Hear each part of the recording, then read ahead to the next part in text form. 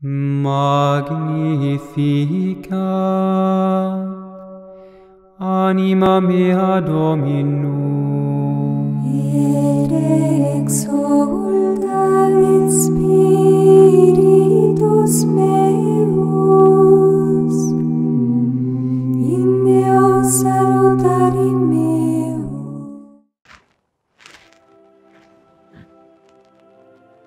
Welcome to the new episode of the theme St.Teresa of Avila, Mother of Interior Souls. I continue with the topic Spirit of Service and the Life of Prayer. St. Teresa was an administrator of the first rank. She was asked to act as prioress of the Incarnation Convent at Avila for a term of 3 years. She knew that the nuns at the Incarnation would never accept a discalced nun as their superior, particularly when she had left that very convent 9 years earlier because she was dissatisfied with their way of life. The scene when she arrived at the Incarnation was a wild and bizarre one. She was accompanied by a caste provincial. The provincial attempted to lead her into the choir to install her in office, but he found the entrance blocked by an angry, hostile group of nuns. He marched to another entrance and was met by another group of formidable nuns who shouted at them to leave their convent. Finally, he summoned the local police, who forced their way into the choir. The provincial installed Teresa, and she turned to address her belligerent community.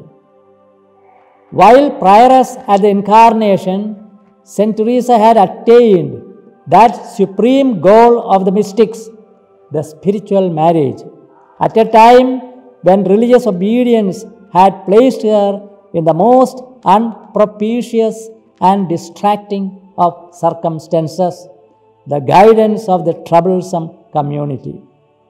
This fact shows how contemplation and action go hand in hand.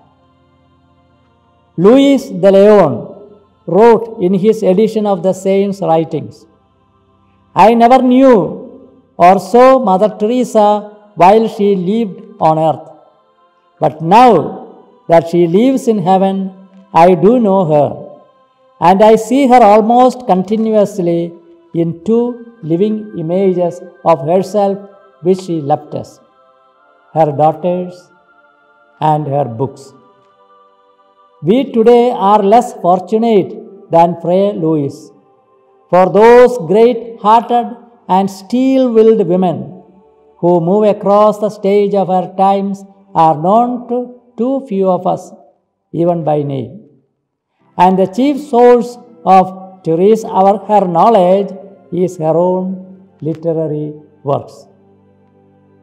Which of us that is scared at the idea of writing a book, or which of us that remembers how difficult it was to write one when he first tried, would not have a warm corner in his heart for the woman who wrote all that? And that is why Teresa, the writer with a sweet disorder, in her literary dress, with her errors, her digressions, her disconnected remarks, her ellipses, her irrelevant asides, yes, and her spelling mistakes, captivates the ordinary person at her first attack. She is ordinary person's ideal author, and not very skillful author's patron saint. She is at her best in that incomparable collection of letters.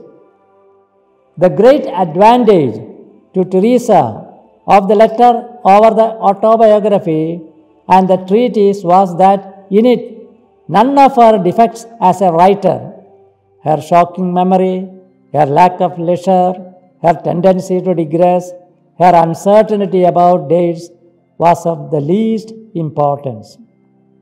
No one noticed them. In fact, she forgot about them herself. And the result is a simply magnificent canvas portraying the mother foundress, surrounded by almost the whole of the people who enter into her life story. The beloved Gratian, Maria de San Jose, the gifted Sevillian prioress, the serene Anna de Jesus, and sinister Doria, the generous brother Lorenzo, his little daughter Teresita, Don Alonso Velasquez, the good Bishop of Osama, and a whole gallery more. In her letters, there are an amazing number of references to all kinds of food. Her extraordinary aptness for all kinds of business. From the letters too, we can realize better than from any of her other writings what a trial her continual ill health was to her. These letters form an indispensable complement to her book of Foundations. Her writings, hastily composed during odd moments in her busy and energetic life, have become Christian classics.